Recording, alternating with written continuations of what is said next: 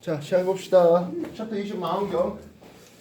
이제까지 천체 관측하면서 뭐 적중적이라든지 뭐 여러 가지 좌표의 문제들 그리고 행성의 관측들에 대해서 소개를 해봤습니다.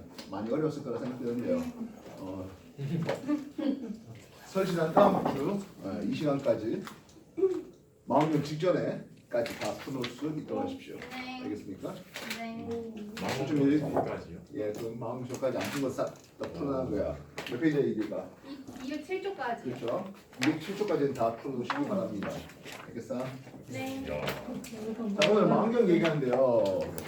자, 망원경 어떤 생김새를 이렇게 한번 준비를 해봤습니다. 간단하죠? 오. 그 위에 조그만 망원경 하나 있네요. 조그만 망원경을 우리는 파인더라고 부릅니다. 주 망원경 대비 배율은 작아요. 배율이 작다는 것은 시야는 넓은 거죠. 그래서 파인더로 대충 먼저 관측할 대상을 먼저 찾아놓고 주 망원경으로 보는 것을 얘기할 수 있습니다. 망원경이 놓여 있는 이 받침대 위에 가대라는 놈이 준비되어 있네요. 가대라는 글자 보입니까? 가대라는 글자 보여 안 보여? 보여요. 가대는 크게 경기도식 가대와 적도의식 가대로 표현되고 있습니다. 구분하고 있습니다. 경기도식은 안 움직여요. 그러니까 별을 오랫동안 노출주면 별이 쓱 지나간 일주 운동의 일주권이 보입니다.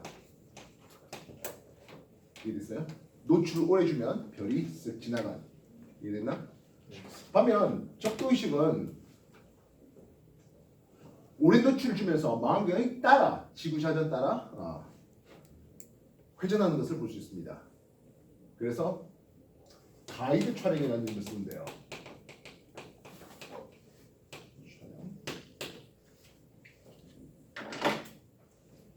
특정 대상이 있는데 이 특정 대상이 일주운동하면서 움직이잖아요. 그게 맞춰서 망원경도 돌아간다는 뜻입니다.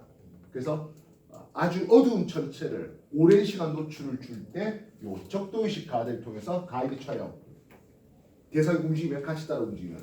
이해되시겠습니까? 그래서 망원경의 얘기들을 준비해왔습니다. 정리해 주십시오. 가대가 중요하고요. 파인더가 중요하겠네요.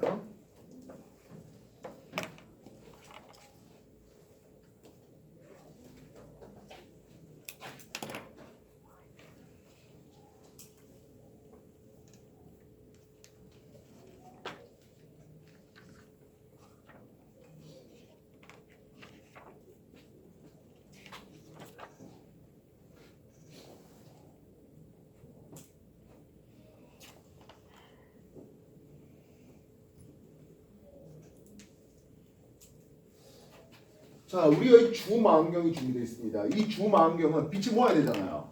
빛을 모으는 것을 우리는 한자어로 집광이라는 이름을 씁니다. 이 집광을 뭘로 할래에 따라서 크게 망원경 종류를 두 가지로 구분해 볼 수 있겠네요. 빛을 굴절 망원경이라서 볼록 렌즈로 빛을 모으는 경우가 있겠네요. 볼록 렌즈로 집광을 합니다. 굴절망원경이 있다면 반사망원경도 있군요. 반사망원경은 오목 거울을 통해서 집광하는 것을 볼 수가 있습니다. 거울을 통해서 한쪽에 빛을 모아주는 거죠. 그러면 굴절망원경의 장단점과 반사망원경의 장단점이 있겠네요. 그죠? 이 장단점은 서로 반대가 되어 있습니다. 일단 이 구경은 빛을 모으는 구경은 크게 좋을까요? 작게 좋을까요? 당연히 큰 게 좋죠. 조그만 망원경보다는 큰 망원경이 당연히 더 좋습니다. 물론 비싸기도 하죠. 수납맛 가르칠 때 망원경 시중에서 그냥 일반인들이 살만한 망원경 가격을 한번 본 적이 있을 텐데요. 한 4천만 나왔죠? 네. 세뱃돈 받아서 살만한 그때 있잖아요. 그러면 생각했어요? 영입 가능한데 여기. 예. 네, 세은이는 가능. 반사망원경 그래서 대구경 제작이 쉽습니다. 굴절망원경은요 주경이 2배 지름이 된다는 것은 부피는 8배가 되는 겁니다. 당연히 무게도 8배가 되겠고 조절하기도 쉽지 않죠. 그리고 이거를 말 그대로 올로렌즈 한 초점에 맞춰줄 수 있도록 정확하게 깎아야 되는 그런 과정이 필요하다고요. 반면 반사망원경은 이게 꼭 하나의 큰 오목 거울일 필요는 없습니다. 작은 오목 거울 여러 개를 모아서 한 초점에 맞추는 방법도 가능합니다. 제임스 웹 우주망원경 올라간 거 혹시 사진 보신 적 있습니까? 제임스 웹 우주망원경은 가운데에 거울 하나 있고 옆으로 6개의 거울이 하나 더 있는 것을 볼 수 있습니다. 대공 제작이 쉽다, 용이하다 되겠죠. 그리고 이게 지금 내가 빛을 노란색을 갖고 이렇게 굴절을 시켜놔서 그런데요. 저번에 물리 공부하면서 봤을 겁니다. 빨간색은 굴절이 어떻게 됩니까 하면 이거보다 덜 합니다. 굴절이 덜 된다는 것은 이런 식으로 한다는 뜻이죠. 파란색은 굴절이 좀 더 잘 됩니다. 그래서 노란색이 한 초점에 맞출 때 빨간과 파랑은 옆으로 퍼져요. 이런 것을 우리는 색수차라고 읽습니다. 당연히 색수차는 주얼리가 만만한 거죠. 색수차 발생이 있을 수밖에 없는 게 굴절 망원경의 단점이죠.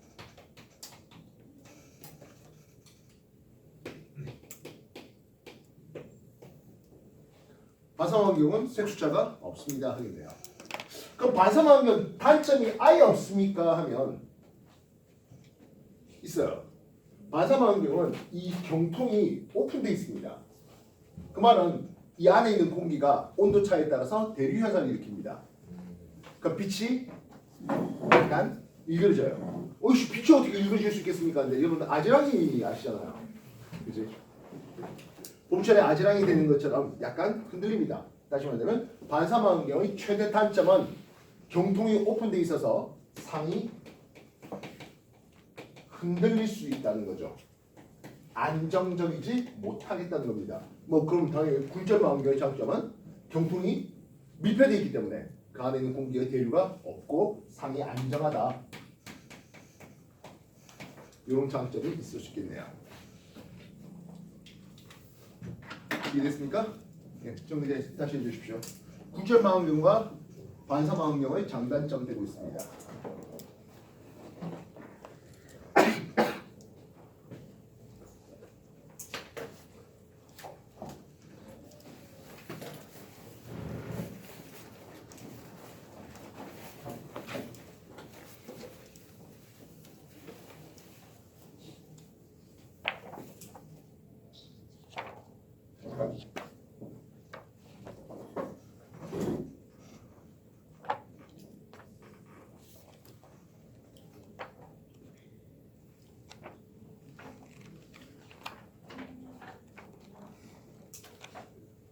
나중에 검색해 보십시오. 구면수차 이런 것도 있습니다.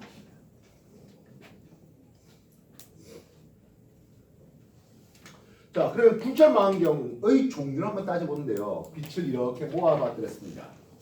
그렇게 모으면서 오목 거울을 접안 렌즈로 사용하겠네요.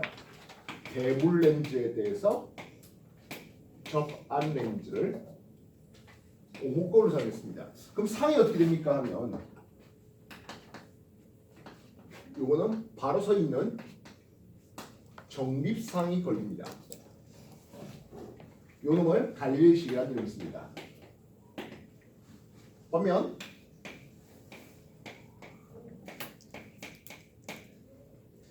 상이 이렇게 돼 있으면 뒤집어져 있죠. 거꾸로 뒤집어져 있는 것을 도립상이라는 이름을 쓰는데요. 이것을 케플러식이라는 이름을 씁니다.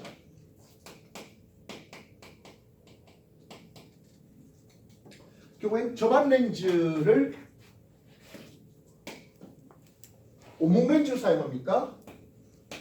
접안 렌즈를 볼록 렌즈로 사용합니까에 따라서 정립 도립이 나눠지고 있네요. 이거 지상에서 망원경 쓰면 어떨까요? 거꾸로 뒤집어져 있어요. 상하 좌우가 반대되어 있다니까요.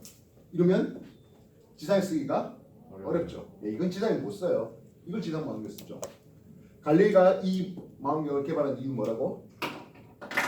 르네상스 시절에 상인들, 부자 상인들한테 이거 갖다 바치면서 give me money. 나 후원해줘 하는 거였습니다.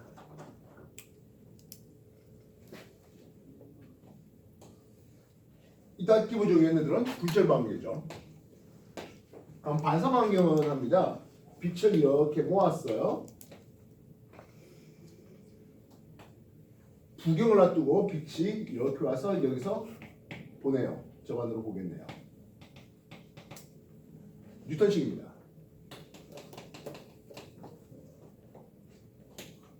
반사방경 빛을 이렇게 모았어요. 여기에 구멍을 뚫어서 이쪽으로 오게 만들었습니다. 이건 카세그렌식이 됩니다. 카세그렌식의 장점은 경통의 길이를 극단적으로 짧게 만들 수 있습니다. 그래서 꽤 비싼 천체망원경, 개인들이 살만한 망원경 카세그렌식이 많습니다. 정리해 주십시오.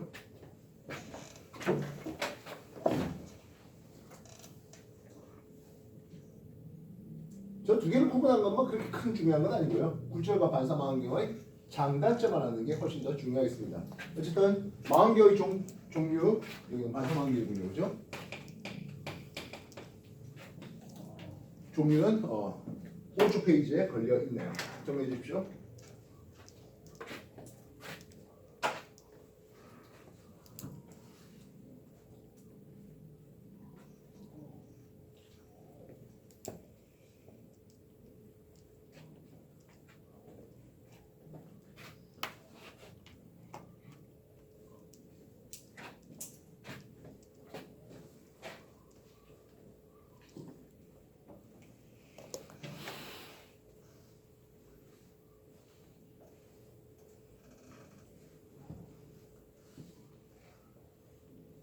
우리가 망원경의 성능은 크게 직광력이 있습니다.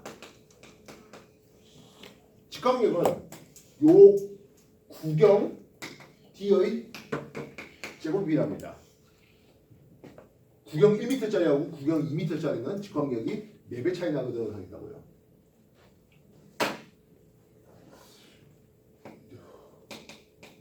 분해능이 있네요.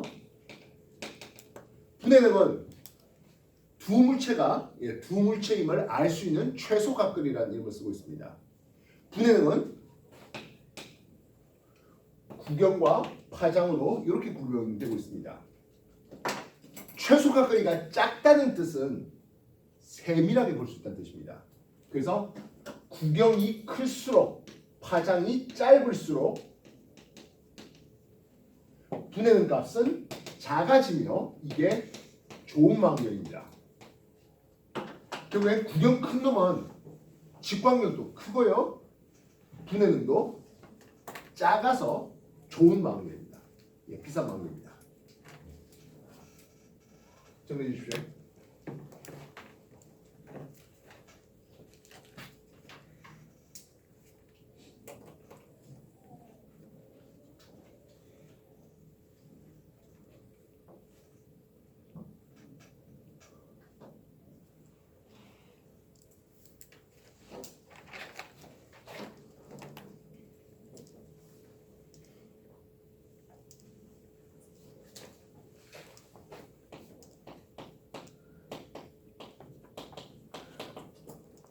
자, 저반 렌즈가 망원경의 경통의 이쪽에 처박혀 있습니다. 지금 내가 그린 그림이고 얘네들 중에 누가 같습니까?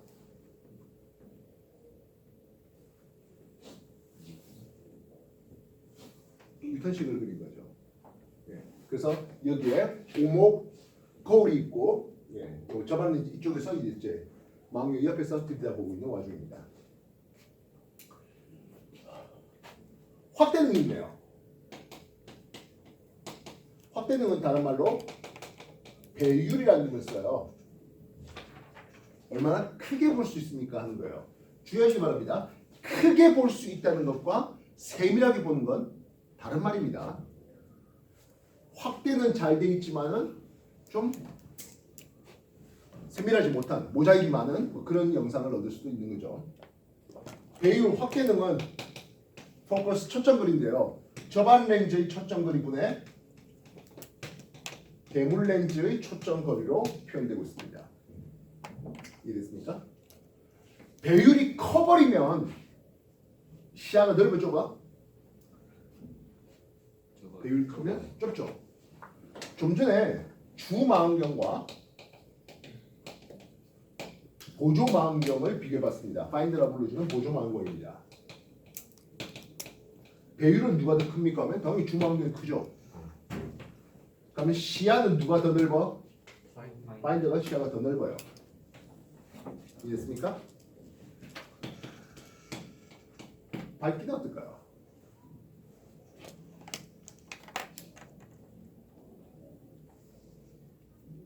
파인드가 좀 더 밝죠.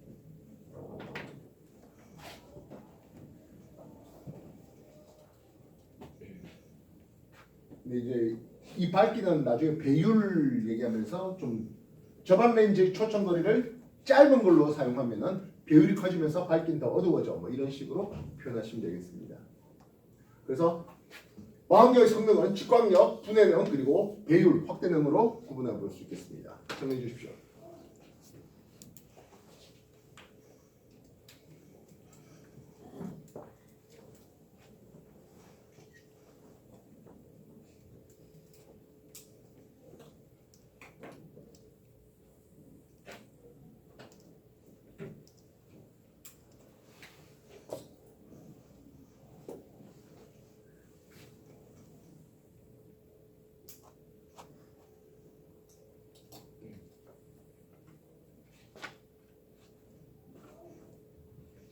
근데 지금 우리가 굴절망원경이다, 반사망원경이다 했는데요. 기본적으로 얘는 우리가 직접 눈으로 보려고 합니다. 가시광선을 이용한 거잖아요. 그래서 광학망원경이라는 이름을 씁니다. 그러니까 가시광선 말고 딴 것도 있습니까? 예, 적외선이라든지 자외선이라든지 뭐 경우에 따라서는 전파망원경 이런 것들도 있습니다. 다만 그런 것들은 직접 눈으로 볼 수 없으니까 다른 변환 장치를 통해서 영상으로 우리한테 보여주는 거죠. 즉 적외선 망원경의 대표적인 놈이 누굽니까 하면 아까 막 올라갔던 우주에 올라갔던 제임스 웹 우주 망원경입니다. 그것들은 당연히 적외선 센서로 이제 빛 정보를 수집하고 그것을 우리가 볼 수 있는 가시광선 영역으로 그렇게 변화시켜 준 거예요. 알겠습니까? 뒷페이지 넘겨볼래요? 그래서 우리가 볼 수 있는 영역대가 가시광선인데요. 참고로 가시광선은 지구의 대기를 잘 통과해요. 그러니까 가시광선을 이용한 망원경은 지상에 놔둬도 돼요. 그렇다면 자외선은 어떻습니까? 하는데요. 자외선은 지구의 대기가 잘 흡수해버립니다. 이건 X선이고 감마레이고 다 그렇습니다.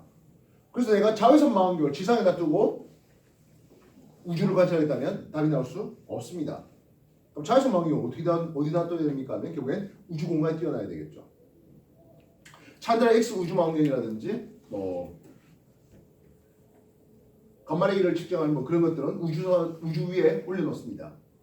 대표적 우주 망원경이 허블 우주 망원경이 될 수 있겠네요.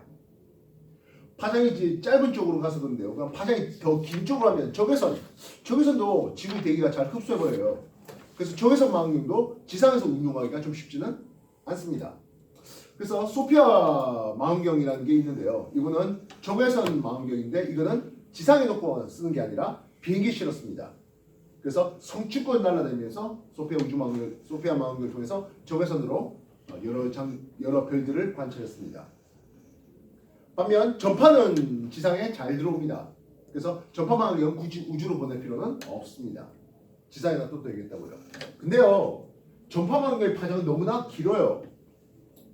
그래서 구경을 굉장히 크게 해야 겨우 분해능이 좀 좋아지는 것을 볼 수 있습니다. 그래서 여러분한테 주어진 게 210페이지에 보시면 전파망원경의 대표적인 놈 두 개가 나와 있는 것을 볼 수가 있습니다. 왼쪽에 게 RC5 우주망 전파망원경이 되고 있는데요. 안타깝게도 작년인가요? 재작년인가? 태풍 때문에 그리고 오래되다 보니까 노후가 돼가지고 부셔졌습니다.